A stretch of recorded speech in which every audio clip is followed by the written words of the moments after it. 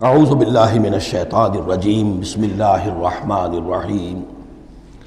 اس کے بعد دو رکوع جو ہے ان میں ذکر ہو رہا ہے غزوہ احزاب کا۔ ہمارے پاس چند منٹ ہیں تو غزوہ احزاب کا جو تاریخی پس منظر ہے وہ میں بیان کر دیتا ہوں، باقی اس سے آگے ہم پڑھیں گے انشاءاللہ تعالیٰ کل۔ یہ غزوہ ہوا ہے سن 5 میں، اور اس کے لیے جو ہے بڑا اہتمام ہوا ہے۔ سب سے پہلے تو یہ کہ بنو نذیر جو نکال دیے گئے تھے مدینے سے،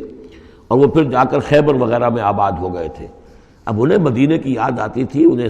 ستاتی تھی یاد مدینے کی، وہ واپس آنا چاہتے تھے، وہ چاہتے تھے کہ مسلمانوں سے انتقام لیں۔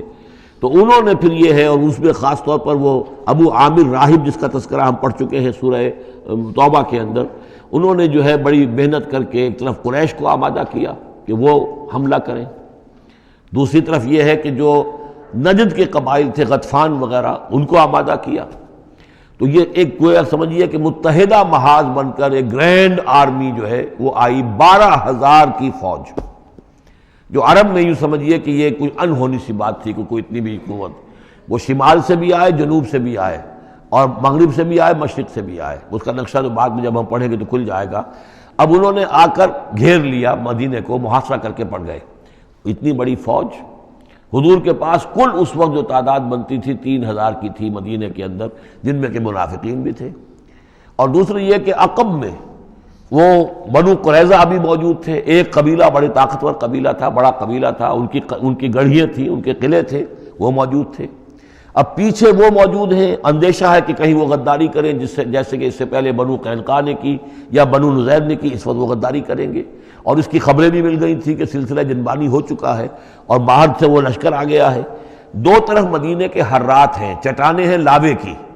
سیاہ پتھر ہیں اور چکنے ہیں، ان کے اوپر نہ اونٹ چل سکتا ہے اور نہ گھوڑا دوڑ سکتا ہے۔ تو وہ جو حرات ہیں مدینے کے دو طرف، وہ تو گویا کہ ایک اللہ تعالیٰ کی طرف سے ایک نیچرل پروٹیکشن جو ہے مدینہ کو ملی ہوئی ہے۔ اب دو طرف جو رہ گئے تو اس میں پیچھے تھے، یہ عقب میں جو ہے یہ بنو قریظہ کی گڑھیاں تھیں، اور سامنے کا علاقہ تھا کہ جہاں سے لشکر آ کر جو ہے انہوں نے جو حملہ کرنا تھا۔ تو پھر حضرت سلمان فارسی کے مشورے پر جب یہ مشورہ کیا حضور نے کہ اب اس طرح کیا کیا جائے، اتنا بڑی فوج آ گئی ہے، تو انہوں نے پھر بتایا کہ ہمارے ہاں یہ ایران میں یہ رواج ہے کہ جب اس طرح کی سچویشن ہو تو کھلے میدان میں جا کر لڑنے کی بجائے ہم خندق کھود لیتے ہیں، تاکہ اس خندق کے اندر سے ہو کر پھر یہ ہے کہ جو بھی چھلانگ مار کے آئے گا خندق میں سے، اس کو عبور کر کے آئے گا تو ان کے ساتھ مقابلہ کرنا آسان ہے۔ ایک ایک کر کے آئیں گے، 10 آئیں گے، ایک دم پورا لشکر جو ہے دوڑ کر جو ہے کیولری ان کی جو ہے گھوڑے دوڑا کر تو نہیں آ سکتے۔ تو اس حوالے سے پھر خندق کھودی گئی۔ بہت ہی یعنی رصد کم تھا، فاقے لوگوں کو ہو رہے تھے، 2 3 دن کے کھانے کو کچھ نہیں ملا، سردی شدید تھی۔ اس موسم میں پھر طے ہوا کہ خندق کھودو، تو مسلمان خندق بھی کھود رہے تھے، اور اسی دوران یہ خبر بھی مل گئی کہ بنو قریظہ بھی بغاوت پر اور بدعہدی پر آمادہ ہیں۔ یعنی ہر اعتبار سے یہ سمجھ لیجئے کہ اللہ تعالیٰ نے اہل ایمان کے صبر اور امتحان کے لیے ایک بہت ہی سخت خوفناک صورت پیدا کر دی۔ اگرچہ اس کے بعد ہوا کیا، اس میں یہ ہے کہ ایک حضرت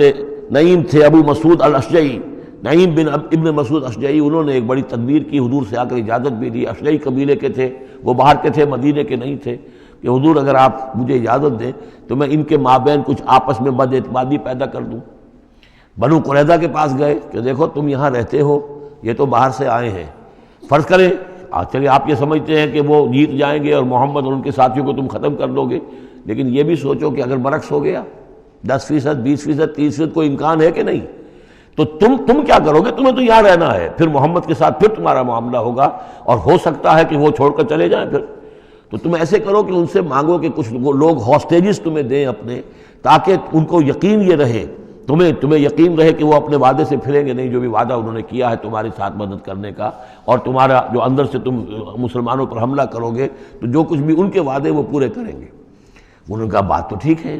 یہ نعیم جو کہہ رہا ہے یہ بات صحیح ہے۔ تو انہوں نے وہ مطالبہ کیا ان سے، قریش سے، اور وہ جو لشکر باہر پڑے ہوئے تھے 12,000 کے، کہ آپ اپنے کچھ آدمی ہمارے پاس بھیجیے تاکہ ہمیں اعتماد رہے، ہمارے پاس وہ رہیں گے ہاسٹیجز کی حیثیت سے، کہ ہمیں یقین رہے کہ آپ اپنی بات پوری کریں گے۔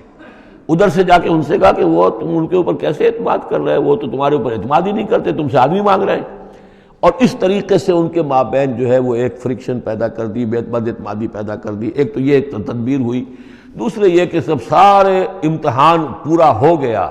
اور دودھ کا دودھ پانی کا پانی جدا ہو گیا، اہل ایمان بھی ثابت ہو گئے، ثابت قدم یہ لوگ ہیں، اور منافقین کا بھی جو خبث باطن تھا ان کی زبانوں پر آ گیا اور معلوم ہو گیا کہ ان کے دلوں کے اندر نفاق ہے۔ پھر اللہ تعالیٰ نے ایک تیز آندھی بھیجی، وہ آندھی ایسی آئی، جھکڑ ایسا آیا کہ وہ لشکر جو تھا اس کے خیمے اڑ گئے، جہاں دیگیں چڑھی ہوئی تھی چولہوں کے اوپر آگ لگ گئی، اور اس سے ایک افراتفری پیدا ہوئی، جس کے نتیجے میں وہ لشکر انہوں نے اپنا وہاں سے کیمپ اٹھایا اور چلے گئے۔ باقاعدہ کوئی بڑی لڑائی کی کوئی شکل پیدا ہی نہیں ہوئی، لیکن اللہ نے بس امتحان جو ہے ایک شریر مسلمانوں کا لے لیا۔ صدق اللہ العظیم۔